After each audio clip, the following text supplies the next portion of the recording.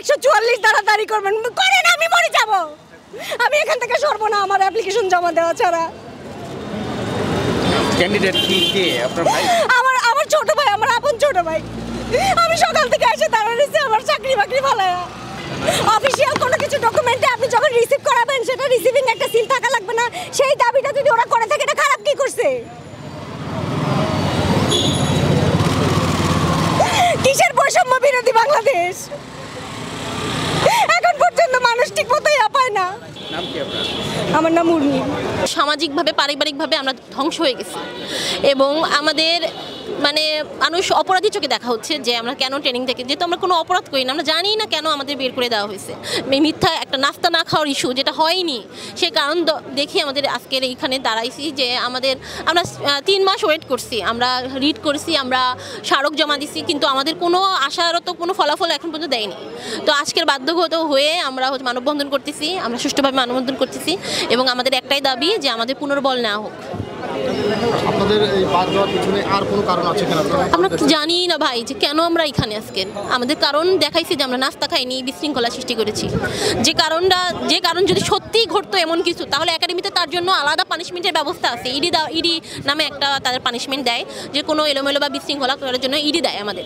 কিন্তু আমাদের এইভাবে বের করে দেওয়া, এটা আমাদের কোনো ডিফেন্স করার সুযোগই দেয়নি এবং আমাদের মতামত নেওয়ার প্রয়োজন তারা বোধ করেনি। তারা আমাদের উপর একটা মিথ্যা অভিযোগ চাপিয়ে দিয়ে আমাদের বের করে দিচ্ছে।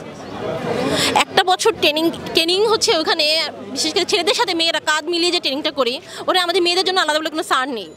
আমি জানি যে আমি কতটা কষ্ট করে ট্রেনিং করছি একটা বছর। আমি শারীরিকভাবে আমি একটা মেয়ে মানুষ হয়ে আমি 1 বছর ট্রেনিং করার পরে, বিনা বেতনে ট্রেনিং করার পরে আমাকে যখন আজকে এইখানে দাঁড়াতে হয়েছে, মানে আমার পরিবারটা ধ্বংস হয়ে গেছে। আমি মানসিকভাবে আমি যতটা সামনে আগাবো আমাকে 10 গুণ পিছনে নিয়ে আসছে। আমি মানসিকভাবে আর প্রস্তুত নাই, আমি মরার মতন বেঁচে আছি। তো আজকের এইটাই জন্য আমাদের দাবি যে আমাকে পুনর্বল নেওয়া হোক, নাহলে মৃত্যু পর্যন্ত এখানে দাঁড়িয়ে থাকা ছাড়া আমাদের আর উপায় নেই।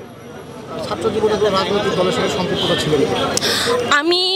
আমি আজকের আপনাদের ফেস করতেছি, তার মানে নিশ্চয়ই আমার ওই বল আছে, আমার মনোজোর আছে, আমি পলিটিক্স সম্পর্কে ধারণাই নেই। আমি একজন পলিটিক্স সম্পর্কে মূর্খ একজন মানুষ।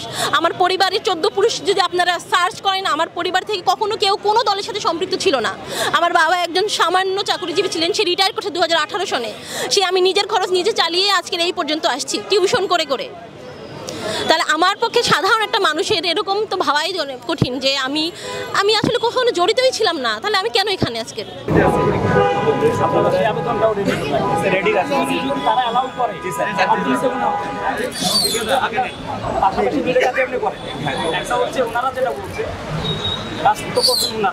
আপনারা তো করবেন, ওনারাই আজকে এই মাত্র কিন্তু কাগজটা পাঠিয়েছেন। Better follow the instruction from দিম। আপনারা ফলো করার পরে এরপর যদি কোনো প্রবলেম থাকে আপনাদের, ওনাদের যেহেতু কনসার্ন থাকে, আমি তো আপনাকে সিদ্ধান্ত দিতে পারবো না, আগেই বলেছি ওনাদের সাথে কথা হয়েছে। আমাদের রিকোয়েস্ট হচ্ছে যে এই জায়গাটা যেহেতু সচিবালয় একটা গুরুত্বপূর্ণ জায়গা, এই জায়গায় ভিন্ন করে আপনারা রাস্তার পাশে লাইনে চলে যাবেন। এটা অল্প সময়ের বিষয়, আপনারা লাইন ফলো করে সুন্দরভাবে এটা চেক করে তারপর আপনারা আসেন। কনসার্ন যারা আছে আপনাদের কথা। স্যার আমরা